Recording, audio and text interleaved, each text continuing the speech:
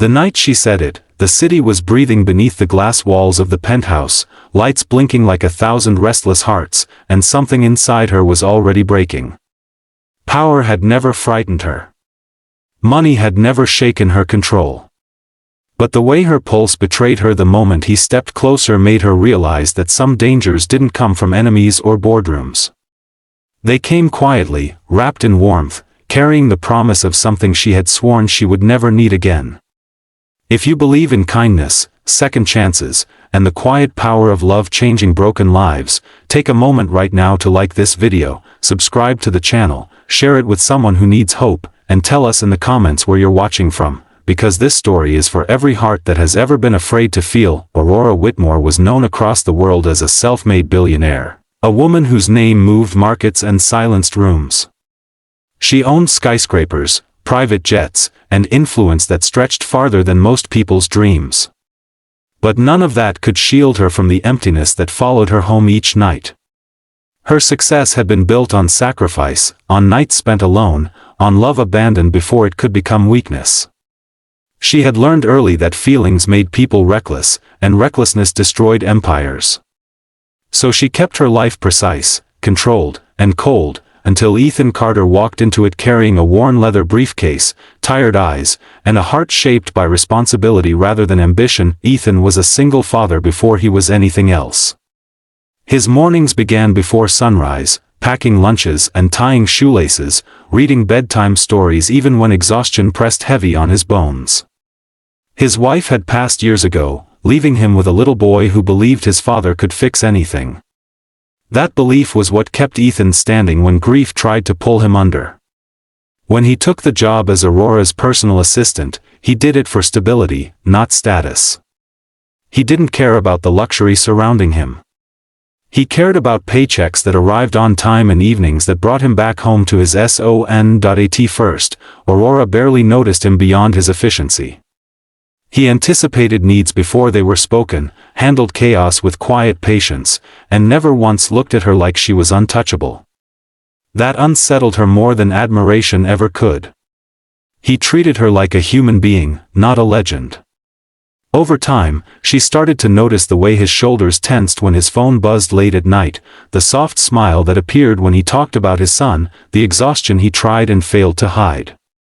Without realizing it, she began scheduling meetings later just to keep him nearby a little longer, began asking questions she told herself were harmless. Ethan felt the shift too, and it terrified him. He had promised himself that his heart belonged to his child now, that love was a risk he could no longer afford.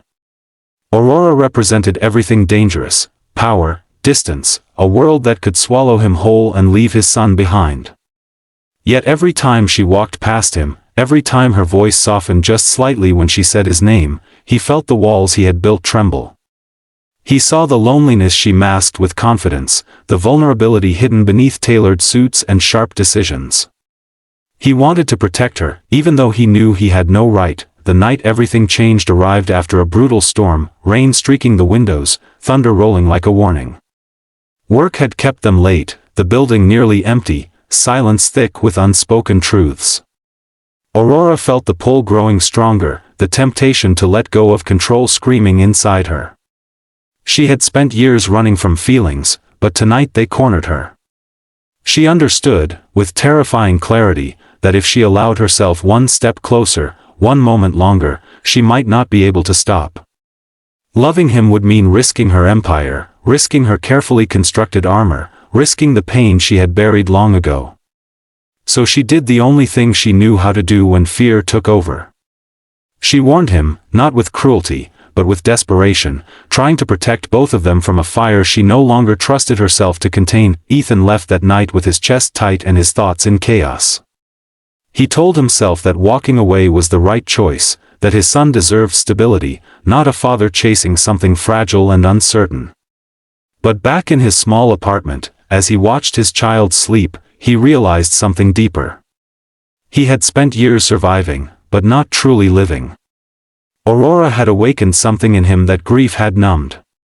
She had seen him, not as an employee or a burdened father, but as a man worthy of care. And he knew, painfully, that running from love had not saved him from pain before. Days passed, heavy and silent. Aurora threw herself into work, closing deals, attending galas, smiling for cameras while feeling hollow. For the first time in her life, success felt meaningless. She had everything except the one thing she had pushed away.